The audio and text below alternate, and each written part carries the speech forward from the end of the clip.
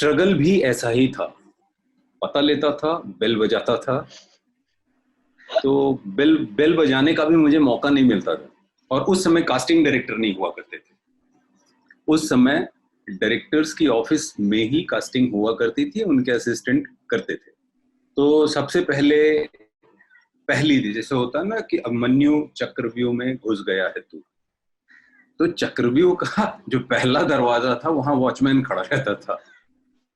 तो देखे, बोले किससे मिलना है? तो मैं तो किसी को जानू नहीं, सिर्फ ये जानता था जिसकी ऑफिस है। अब अगर राजकुमार संतोषी साहब की ऑफिस है तो उन्हीं का नाम लेता था। पहला उनसे मिलना है, वो बोलता था कि बुलाएं? नहीं, बुलाए नहीं है। बोले ऐसे तो नहीं मिलेंगे। कैसे मिलेंगे? बोले भाई वो जब बुलाएंगे तब आ जाना। और ये प्रक्रिया रोज चलती थी, वो मुझे हटा देता था। फिर जब वो दरवाजा कभी टूटा, मतलब इतनी बार कर देता था कि वो खुद ही एक दिन मुझे बता देता था कि या देखो भाई, तुम ना दूर रहो, वो जो आदमी निकले हैं वहां सिगरेट पी रहे हैं, वो जो है उनके असिस्टेंट, उनसे बात करो, ये मत बताना मैंने बताया। अब जोंक के जैसा उनको चिपक लेता था। तो अब वो दरवाजे पे अलग लड़ाई चलती थी। अब वो जैसे ही सुनते थे कौन हो, मैं बताता था क्या किया है। तो एज एन एक्टर तो कुछ किया ही नहीं है ऑफिशियली जो बोलूं। अब ये क्या बोलूं कि ये वर्कशॉप की है, वो वर्कशॉप की है, ये किया है, वो किया है, ये देखा है। मैं कुछ बोलता ही नहीं था। तो बोले अरे कुछ किया तो है, पढ़े लिखे हो। तो वैसे देखूं, मुंह से निकला कि हाँ मेडिकल की पढ़ाई कर रहा हूँ। तो बोलते थे क्या, डॉक्टर हो?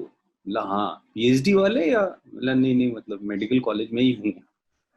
अब जो है अलग समस्या शुरू हो जाती।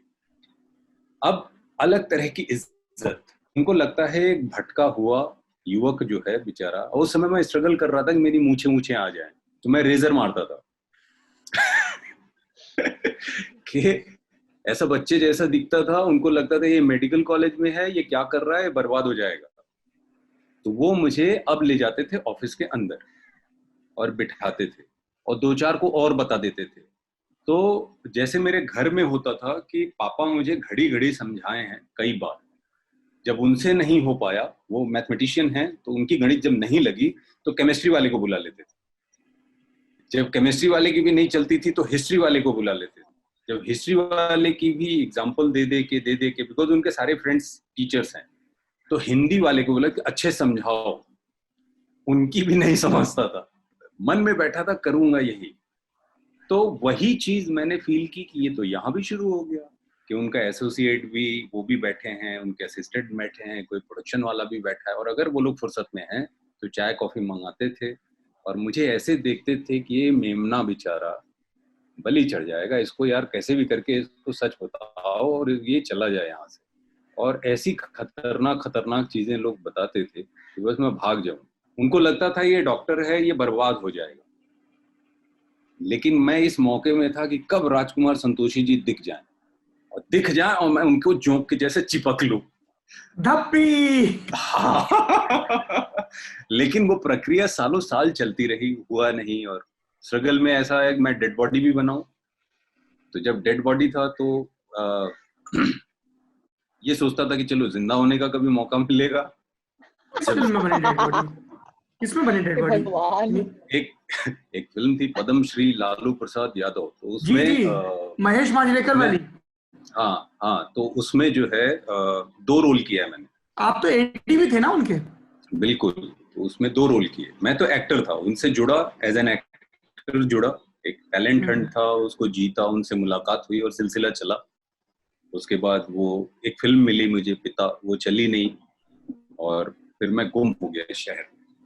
तो थैंक्स टू महेश सर, उन्होंने सहारा दिया शुरुआती दिनों में। बहुत सारी चीजें उनकी वजह से सीखने को भी मिली, बिकॉज उन्होंने ये मौका दिया कि उन्होंने देखा ये दिन दिन भर लगा रहता है। जब भी कहीं ये दिख जाएगा सड़क पे, अक्सर दिख जाता था यहाँ वहां। तो बोले विनीत क्या चल रहा है तुम्हारा, होता है। तो उन्होंने ही बोला विनीत यार तुम सोचते अच्छा हो। बिकॉज पिता जब करता था, वो डायलॉग लिखा जाता तो मैं देखता रहता था। तो कभी कोई जिक्र हुआ देख लेते थे, तो मन में जो होता था बोल देता था।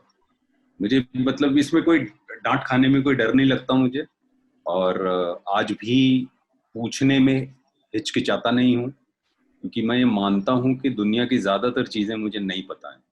और इस चीज ने मुझे बहुत हेल्प किया कि एक एक सीढ़ी चढ़ता चला गया। और तो उन्होंने ये बोला कि विनीत, उन्होंने ये चीज देखी थी कि ये कुछ अपने से कर लेता है कुछ, और जबकि इसकी कोई ट्रेनिंग नहीं है। तो जब भी वो सीन लिखते थे या कुछ करते थे तो मुझे बुलवा लेते थे, फिर वैनिटी में हम लोग थे तो कि विनीत को बुला लो। फिर वो सीन लिखा जाता था तो देखते थे, मैं कुछ बोल देता था तो कुछ चीजें अप्रूव, मैं बड़ा खुश होता था, अरे एक लाइन ले ली गई मेरी, वाह। मैं बहुत खुश होता। सिनेमा मेरे लिए इतना बड़ा मंदिर है, ऐसा था हमेशा से, कि मुझे लगता था कि अगर उसमें एक भी चीज मेरी आई कहीं से भी तो मुझे अजीब सी खुशी होती थी। मुझे कुछ नहीं चाहिए, मुझे कोहिनूर नहीं चाहिए, वो खुशी इतनी कमाल की, वो फीलिंग ऐसी थी। तो मैं इंतजार करता था कि आज भी बुलाया जाए और वो फिर जब लिख दे कुछ बैठते थे फिर बुलाते थे। जिस दिन नहीं बुलाया जाता मुझे लगता था नाराज हो गए क्या। तो ये चीज उन्होंने देखी थी, तो उन्होंने बाद में जब ये फिल्म आई नहीं चली तो उन्होंने ये बोला, विनीत जब तक कुछ नहीं हो रहा है आजा, असिस्ट कर ले मुझे। मतलब ठीक है, मुझे एक नाव मिल गई। मेरे मन में ये था कि बहुत सारे लोगों को इसी बहाने जान जाऊंगा, बिकॉज मैं शहर में किसी को जानता नहीं था, वॉचमैन रोक लेते थे, मतलब कुछ लोगों से मुलाकात हो जाएगी, पहचान हो जाएगी, एटलीस्ट कुछ चीजें, ऑफिसेज का भी पता मुझे नहीं था। तो वो सिलसिला चला जा रहा था, मतलब चलो करते हैं। तब असिस्टेंट बना, एक फिल्म हुई तो मुझे लगा कि शायद अगली फिल्म में मुझे मौका मिल जाएगा, बिकॉज मैं तो एक्टर हूँ। और घड़ी घड़ी उनकी तरफ मैं ऐसे ही देखता था, मैं एक्टर हूँ, मैं एक्टर हूँ, मुझे कुछ दे दो। लेकिन फिर एक फिल्म से दूसरी, दूसरी से तीसरी, तीसरी से चौथी, चौथी से पांचवी, पांचवी से छठी, ऐसे 6-7 फिल्में कर गया मैं एज एन एडी। और वो वैसा हो गया कि एक दिन उन्होंने एक फिल्म जब मैंने पोस्ट कंप्लीट करके दिया तो उन्होंने बोला कि सबके सामने, विनीत तेरी फिल्म की तैयारी कर ले। वो बहुत खुश हुए पोस्ट देख के, बिकॉज वो लोग गए थे यूके शूट करने के लिए और मैं यहाँ पे था, तो मैं अकेले पोस्ट करा रहा था। जब उन्होंने देखा और उन्होंने ये चीज बोली तो मुझे खुशी नहीं हुई। सब बोले, Vineet, Mahesh Manjrekar is telling you be ready with your film to direct.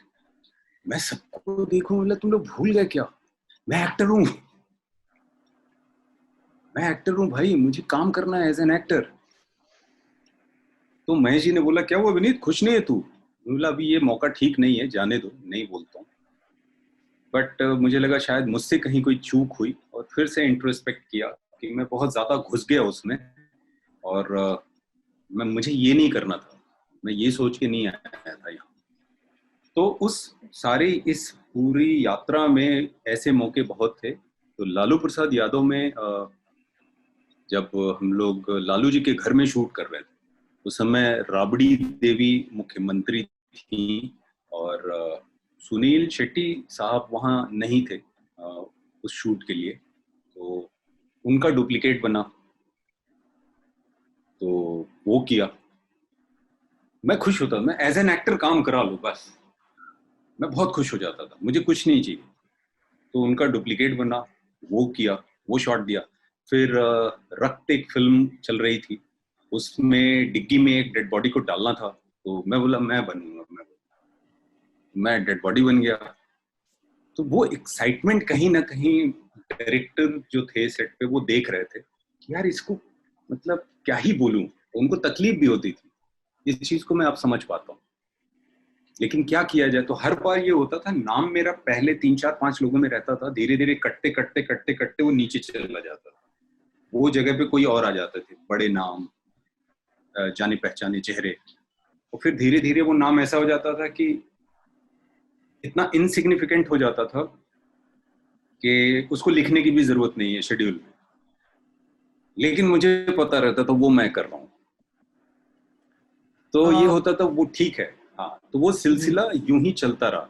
तो बहुत सारी ऐसी फिल्में मिलेंगी सौरभ भाई जिसमें मैं पीछे खड़ा हूँ, कुछ नहीं बोला है, तो मैं हमेशा ये सोचता था किसी दिन एक शब्द मिल जाए।